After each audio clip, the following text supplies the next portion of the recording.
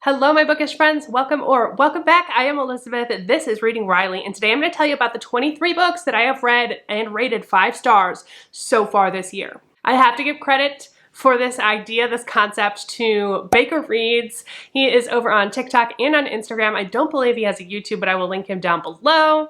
If you are new to my channel, this could give you an idea of the kind of books and the kind of writing that I enjoy. I'm also going to link all of these books down below in the description, so go ahead and peek on down there if you want to check these out. I will also separate these into chapters to make it easier to navigate this video for you. Now, I do want to give a disclaimer. These are all books that I've given 5 stars on Goodreads. And the way I do it on Goodreads is that if it's 4.5 or 5 stars, it's going to get 5 stars. I round it up. So all of these books are either 5-star or 4.5 stars technically. Since I've mentioned that now, let's just go ahead and get into the books.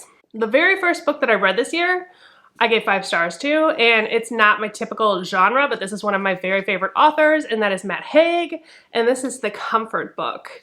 This book is nonfiction. The reason I love Matt Haig so much is that he talks about his struggles with mental health, with anxiety, depression, panic attacks, and I have suffered with all of those things. And so his writing to me, it just speaks to me. I feel like people either connect with him or they don't, and I certainly do. And this book is just different ways to feel good. It's playlists, it's TV shows to watch. It is little anecdotal stories about his life, metaphors about being lost in a forest, and the forest is your mind. It's like, this book is just hope. It's just hope in a little book. There's a poem in here called Pizza. The sky isn't more beautiful if you have perfect skin. Music doesn't sound more interesting if you have a six-pack. Dogs aren't better company if you're famous, and pizza tastes good regardless of your job title. The best life exists beyond the things we are encouraged to crave. Just like little things like that, little poems. Life is not a ladder to climb, a puzzle to solve, a key to find, a destination to reach, a problem to fix. Life is understood backward, but best lived forward. It's just this really inspirational little thing. Anyway, I loved it. Matt Haig is amazing. Truly think he is a beautiful human. Moving on. Next, I finally read Gone Girl by Gillian Flynn. I had, prior to this year, read every other one of her books and loved them, but I had seen this movie so many times that I was like, not inspired to pick it up because I already knew the twist. There's the big twist in here. You know, if you know it, why do you want to read it? I'm going to tell you, you should still read it. If you've seen the movie, you should still read it because you get so much more character development in here. It's darker than the movie. Of course it is. It's Gillian Flynn. Of course it's darker than the movie. It's so good. 5 stars. Next, another nonfiction. This is Know My Name by Chanel Miller. I had heard so many good things about this and hadn't picked it up for a long time just because it's a memoir, and I'm like, do I like memoirs? I don't know. But this is so worth the read. Absolutely 5 stars. I rarely even rate nonfiction, but when I do, it's usually a 5-star if I rate it. Yeah, if you don't know, this is about this woman, Chanel Miller, and her experience with sexual assault at a party at Stanford, and then the whole legal system and everything that she had to go through after that just to get justice for what happened to her. This cover is particularly fitting because this is based on the art of Japanese kintsugi, which what it is when something is broken, a piece of pottery or something gets broken, they put it back together and they use gold to fill the cracks. In the process of fixing that thing that once was beautiful, it now becomes even more beautiful. It becomes even stronger. It's about embracing flaws and taking something that is potentially a mistake and embracing that and making it into something beautiful. So I really love that, and that's really embodies what this book is about. It's just a really gorgeously written and stunning book, brutal yet hopeful at the same time. Next, I want to talk about The Perfect Child by Lucinda Berry. I am obsessed with this book. I am obsessed with Lucinda Berry. I read this just off of a random recommendation, not really having any kind of expectation for it, and this blew me away. The twists, the turns, the shocks, the darkness. This is a psychological thriller. We're following this couple who are having a hard time conceiving. When they come along this terribly abused child at the hospital that they both work at, they decide to try to foster her and see how it goes. At the beginning of this, you know something really bad happened, because I believe the opening scene was they are talking to a social worker about this event that happened and is unfolding. We have segments where the police are talking to the social worker, and then we flash back to the perspectives of both of these couples and their interactions with this child, and it was just insane. This book is insane. It's a really fast, fun, propulsive read. It's fire in a book. It's fire in a book. Read this if you haven't. It's really good. I read Perfect Child and this next book in a reading vlog where I read books about creepy children. If you haven't seen that one, I'll link it up here and down below. All three of them I ended up really enjoying. But this next one as well is We Need to Talk About Kevin by Lionel Shriver. And this book was also wild. Really, really dark. Really dark. Look up trigger warnings for all of these if you need trigger warnings, because most of the books that I read are pretty intense. But We Need to Talk About Kevin, it's written, first of all, in letters. The mother is writing to her husband about their son, Kevin. You know at the beginning that he is involved in a mass killing. So we follow the mother through her letters before, during, and after this, how it affects her, how it affects the rest of their family. The interesting part is that she didn't want children. The author is trying to make you think about the fact that this mother did not want children. We are trying to understand if perhaps by her not wanting to have children and having them anyway, those thoughts were passed down to him, like he knew. Maybe he knew. And did that shape the way he turned out? Or did he turn out that way and he would have anyway? It's kind of a nature versus nurture thing. It's very bleak. So be prepared for that. But there was a twist in there that I was so not expecting and blew me away. Just blew me away. I really, really enjoyed this book. Next, I started a series this year, and that is Blindsighted. This is the Grant County series by Karin Slaughter.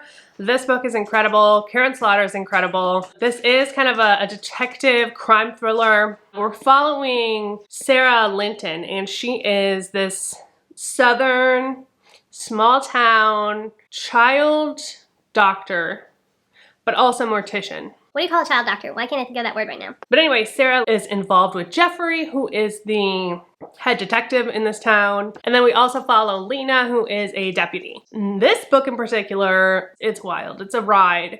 It's really dark. Again, we open up in the scene where Sarah is at this diner, I believe, and she goes in the restroom and she finds a woman dying. And this woman has been carved open. These terrible things have happened to her, and we find out how that's connected to Sarah. We follow her and Jeffrey as they try to solve the case. It gets really deep, it gets really dark, and she's always amazing at her character work. I love, love, love her characters. And Sarah is one of my favorite characters. She's a super tall redhead. Hi. And she's just really, really well written and relatable, and I love her to death. So anyway, this book was incredibly dark, fast-paced, fun, great if you haven't read it, like just start. Next, we have Savage Appetites by Rachel Monroe, another nonfiction book telling about 4 true stories of women, crime, and obsession. These 4 women are connected to true crime in some way. This was the book that introduced me to Frances Glessner Lee, who I am now obsessed with. If you're interested in true crime and trying to understand why women in particular are so into true crime, it doesn't answer that question, but it gives us insight. It's an entertaining read for sure. Next, in an unexpected turn of events, I have a romance book, and that is Radiance by Grace Draven. I read this for a romance vlog, I think in February. I loved this. I was not expecting to love it as much as I did. It's just a really beautiful fantasy romance about these 2 people, quote unquote people. One of them is a person, one of them's not. They are part of an arranged marriage. where both of their kingdoms are supposed to unite based on this marriage, and they can't stand even looking at each other at first. And then they grow this appreciation, which turns into a friendship, which turns into this like deep-rooted respect, which then turns into love, and they end up just like finding this beauty in each other. And it's so beautiful. There's so much consent. And most of this, like, it's not your typical romance where they meet and they start falling in love immediately. Like, it's a very, very slow burning romance. They don't start understanding their feelings towards each other till past halfway in this book. But once they do, it's so rewarding. And I just loved it. I thought it was beautiful. Just a gorgeous, gorgeous love story. Next, we have The Violence by Delilah S. Dawson. I really like this one. A little bit of a chunker for the books that I typically read, but in my opinion, well worth it. We're following 3 generations of women who have all been abused in some way by men. And in this story, it is reminiscent of what we've gone through in the past few years with the Coco, but this plague or this thing that's going around is not the same. It is called the violence. What it does is if you are infected by it, you become unconscious of what you are doing and you just kill whoever is around you, doesn't matter who they are. So of course that's going to be very disturbing if you end up killing somebody that you love for no reason. We're mainly following this mother along with her daughter and her mother. She decides one day as the violence is kind of coming out, she thinks maybe there's an idea in here that will help her deal with her abusive husband because he's already violent. So she decides to turn him in and say that he has this in order to get out of the situation that she's in. And then we follow her on this like journey to self-love, self-acceptance. I thought it was, again, a little bit of a slow burn, but worth it in the end. There are some really fun moments in here too and some funny parts. It was 5 stars. Next, we have 7 Days by Alex Lake. I picked this one up randomly, had no expectations, really, really enjoyed it. This is a survival story about this woman and her son. This one is kind of reminiscent of Room, although it's not told in the perspective of the kid. It's just this really harrowing, fast-paced book about this woman who's kidnapped when she is just a teenager, and she has had 2 children before as a result of sexual assault by her captor. With each one, at a certain date, I can't remember how old the kid is, maybe 3 years old or something like that, on their 3rd birthday or whatever birthday it is, the man will come and take them away and then they are gone. And so she now has this child, and this child is about to have a birthday. So we're counting down the days until that kid's birthday, and she has to come up with a plan to save them both. And so yeah, we follow them throughout that, and it's just riveting, really riveting. It kept my attention. I read it super quickly, and 5 stars. I really, really enjoyed this one. Next, we have the Book of Cold Cases by Simone St. James. I just started reading Simone St. James's work this year, and this is my favorite of the, I think, just 2 that I've read of hers. But I really, really had a good time with this. This was just what I was looking for. It's everything that I want in a book. If I'm going to have kind of a paranormal aspect, I want it to be like this. I want it to make sense. This makes sense. This is a dual timeline thriller. We're following a true crime blogger who comes in contact with this infamous woman who was acquitted of killing people many years ago. She's gonna go for it and ask if she can get an interview, and she does, and they have this really tepid relationship between the 2 of them, but you also find out what happened all those years ago, and I think it was in the 70s. There is true crime, there is a paranormal aspect, kind of a haunted house vibe. I believe there's a podcast element, if I remember correctly. I read this so quickly. I had such a great time. Everything made sense. It came together exactly how I wanted it to come together. There is a bit of a romance subplot in here as well, and it was a good book. 5 stars. Next, we have 18 Tiny Deaths by Bruce Goldfarb. This is the untold story of Francis Glessner Lee and the invention of modern forensics. I told you before, I heard about Francis Glessner Lee from Savage Appetites, and I had to learn more, so I got this book.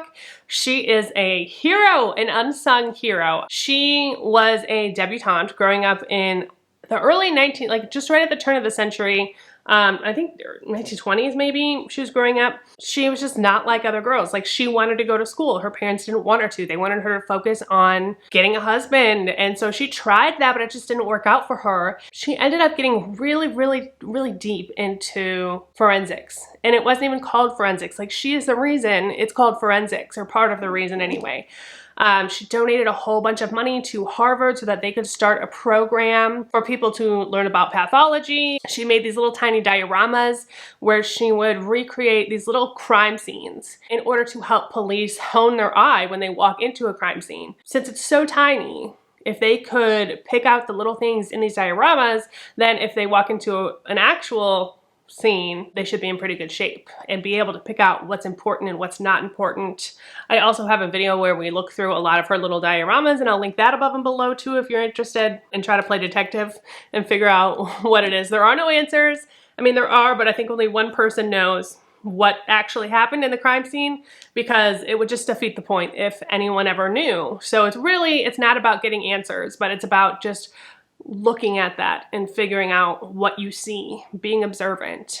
Anyway, she is a total badass. She devoted her entire life to creating what we now think of as modern forensics. So yeah, read this book if you're interested. It's really well done, and she's just such an interesting woman. All right, next I also did a reading vlog where I read books set in amusement parks. And so the next couple of books are going to be part of that vlog. 2 of these were 5 stars. The first one is Fantasticland by Bockoven. Loved this book. This one was such a surprise. The audiobook was so incredible. It's only 2 narrators, but it's so well done. You can't tell, because it's 2 narrators playing several different people, and you would never know. This is based roughly on Lord of the Flies. It's set in this amusement park. There is a hurricane. This is in Florida. They lose power, they lose everything, and there are all these employees left in this amusement park. Because they have all the supplies they need, they are kind of last on the rescue mission search level, and so they end up alone fending for themselves for weeks in this amusement park. And this documentary crew is telling the story and interviewing people about what happened in that time, because when the search rescue people did arrive, they found tons of dead bodies, disarray of this amusement park, really just this gory mess. They ended up turning on each other. And so the way the story is told is just we're getting one interview at a time, each chapter from a different person, and we're hearing each perspective. The way you think when you hear someone's perspective, you're like, okay, that's what happened. But then you have the other person's perspective of the same kind of situation, and you're like, wait, who's telling the truth? And it becomes more and more clear as you go along. And it's just really, really intriguing and gory and fun. The next one I read from that same reading vlog is Joyland by Stephen King. This is part of his crime collection. I was expecting this to be horror, although it kind of wasn't. It had so much heart. It made me cry. Like, it was a beautiful story. And one of my favorite Stephen Kings that I have read. It's not horror in the sense that you might think it's not like a scary story, but it's a story about a coming of age, really, about this kid who is going through a breakup, and he gets this summer job at Joyland, and he hears all these stories about this woman who was murdered there by her husband or lover or something. The people he meets along the way change him. So throughout, we're trying to figure out this mystery of this woman who was murdered, potentially. And then also this fortune teller reads his fortune and tells him he's gonna meet 2 very special people, and then he starts to come in contact with these people. There is one person with ESP, so that kind of has that like horror element, and there is that kind of true crime / element, even though it's fictional. But yeah, the ending was just like, it was just really well done. It had so much heart, and I really had a good time with this. Next is another Lucinda berry that is Saving Noah. Loved this book. It's a weird thing to say about this book because we're talking about pedophilia. So if you're not comfortable with that, do not read this book. But it's the 16-year-old boy, I think it is, Noah. He admits to his parents that he has been touching these young girls on the swim team that he's been coaching. Very young girls. And so it's more of a family drama, but it is very like shocking in nature. It can be considered a thriller or it can be considered drama.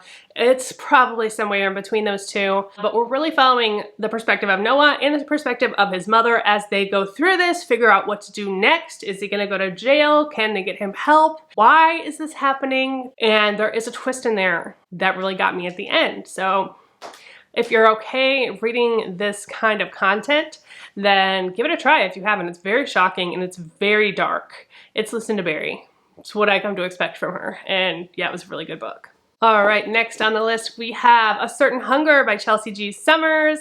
If you want a story about a female serial killer, if you want a story about cannibalism, this is the book for you. This is very voice heavy. We're following Dorothy Daniels, who is a food critic who likes to taste her lovers as well. She's very unabashed and unashamed of her sexuality. She uses it to get what she wants. She likes to eat human meat. She likes to eat a lot of food. There's a lot of food descriptions in here, and the plot is not super fast-paced or super twisty. Like, this is a character study on Dorothy Daniels and why she is the way she is and the kind of things that she does.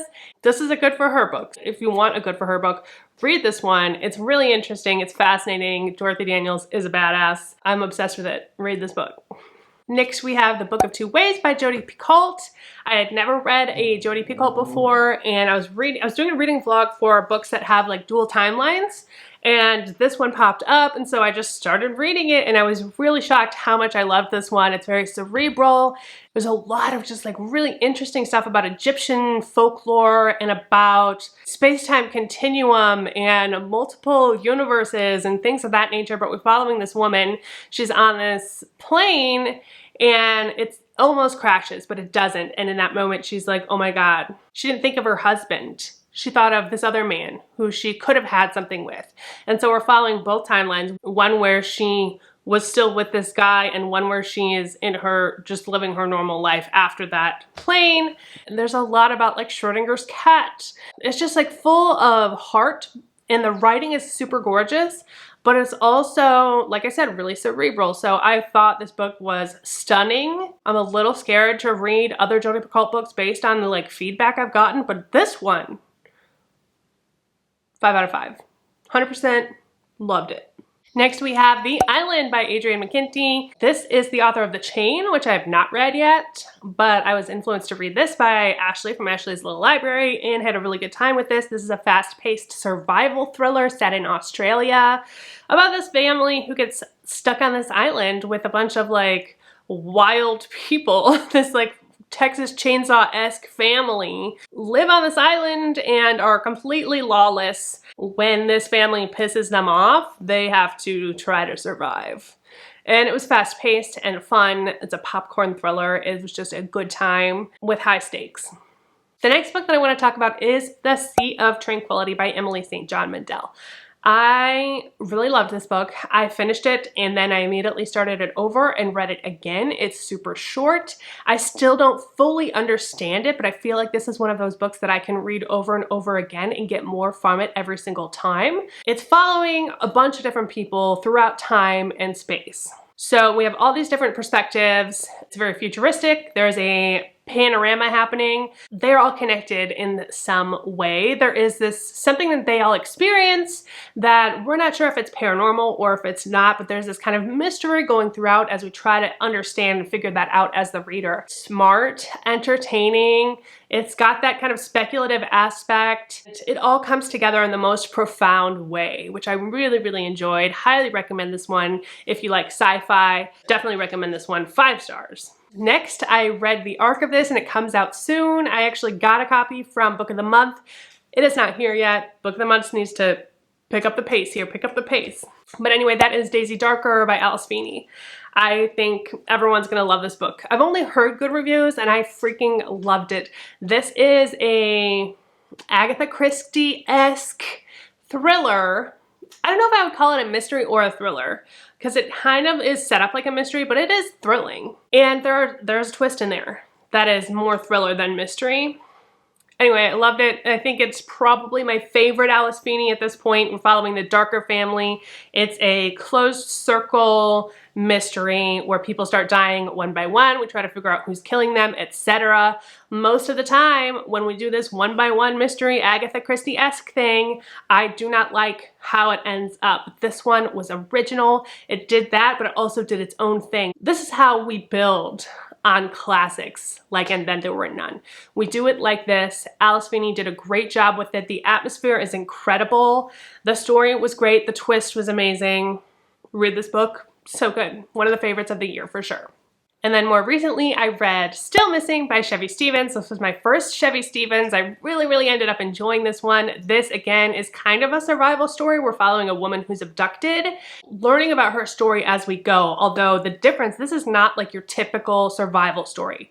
It's a little different, has a twist, because from the beginning, we know that she makes it, because she is telling the story in second person, but to her therapist. So she is in therapy. Every single chapter is a different session with her therapist. And so she's telling you, as if you are her therapist, about the story, what she went through, all the hardships, all the trials and tribulations that she went through. And then it continues on after the abduction. And the story of what happens after is what this is about. And I just thought it was really well done and twisty. And that last line of this book absolutely broke me.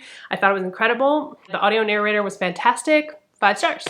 All right, just a couple more here. If you haven't heard me talking about this one yet, then you definitely are new because I can't shut up about it. It's Any Man by Amber Tamblyn. This is maybe my favorite book of the year. It's incredible. I feel like it's having a resurgence. This is a just really interestingly told story about a female predator who sexually assaults men. The way it's told is through mixed media with this really amazing poetry / prose. The writing goes in between poetry and prose, and we hear from the perspectives of the men who were sexually assaulted. And when we turn the tables on this conversation, this idea of victims and how we treat them in our society, it makes it really obvious how shit of a job we're doing. And there's just so much social commentary in here, and it just really has so much to say, and it's done in such an original, beautiful, unique way. It's exceptionally brutal, but at the same time, it's really eye-opening. And I thought it was a lovely, beautiful book. 5 out of 5. I wish there were more like this. I thought it was perfect. This book is perfection. It's perfection. I love it. Read the book. And then lastly, we have book number 4, I believe, in the Grant County series, which the rest of the books in this series, I think I gave 4 stars. I don't think I've given anything by Karin. I might have given one book 3 stars. But anyway, I love Karin Slaughter. This is the newest one that I've read in the Grant County series. I have 2 more to go, and then I'm going to start the Will Trent series. But again, this one I thought was really good. We're following Sarah Linton. She is in a really stressful situation where she's kind of being held hostage, but most of this book is told in flashback when she and Jeffrey first met, and the things that happened to her that led up to the way she behaves in this current situation. So, I mean, Karin Slaughter just plots it out perfectly, and of course it's gory, and it's dark, and it's heavy, but it's also super satisfying and beautifully written. And, you know, read Karin Slaughter. Read Karin Slaughter. What are you doing? You haven't read her yet? If you haven't read her yet, start with Pretty Girls. Start with Pretty Girls. Stand Alone, her best book. Start with this book. Anyway, that's it. That is the 23 books that I have rated 5 stars in the year of our Lord 2022. It is August now, so hopefully we're going to be adding some more onto this list throughout the year. I really hope so. That would be extremely depressing if I went the rest of the year without another 5-star book. But we're not going to be negative Nancy. We are not going to be in our head about it. Shut up, Elizabeth. We're going to have tons more 5-star books, and I cannot wait to read them. Anyway, thank you so much for hanging out with me today. I appreciate you guys so much as always. Don't forget that life is short, so read Riley. Cheers and goodbye.